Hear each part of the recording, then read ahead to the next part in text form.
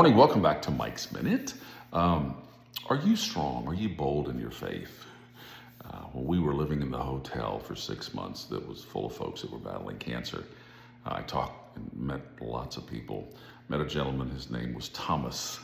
I like Thomas. He was a loud, brash corporate attorney, and he had brain cancer.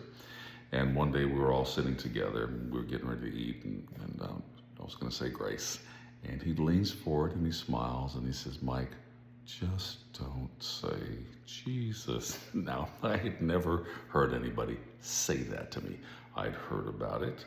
We're familiar with the spirit of Antichrist. The spirit of Antichrist. He said, just don't say Jesus in your prayer.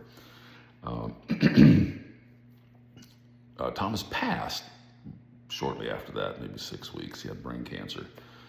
You would never guess when you would talk to him, he was walking around smiling, laughing. And anyway, what I'm trying to say is we must be bold in our faith, okay? We're told, not to say the name of Jesus. And it's okay in certain locations and situations to say God, because God can be very vague. I mentioned this last year. There's the God of Abraham, Isaac, and Jacob. There's only one God. And then there's all these other gods, Buddhas and all these other things. But there's only one true God.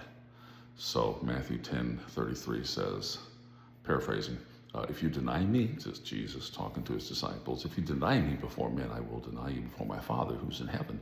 The verse right before that, I think it's 10:32, says, if you acknowledge me, once again paraphrasing, if you acknowledge me before men, I will acknowledge you before my Father who is in heaven. Culture today, don't get caught up in today. And here's how we do it today.